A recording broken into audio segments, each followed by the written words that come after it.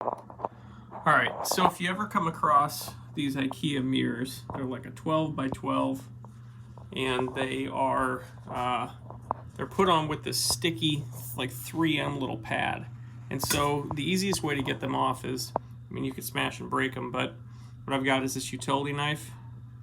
And what I'm trying to do is just get in here and find the sticky and just kind of free it from the back.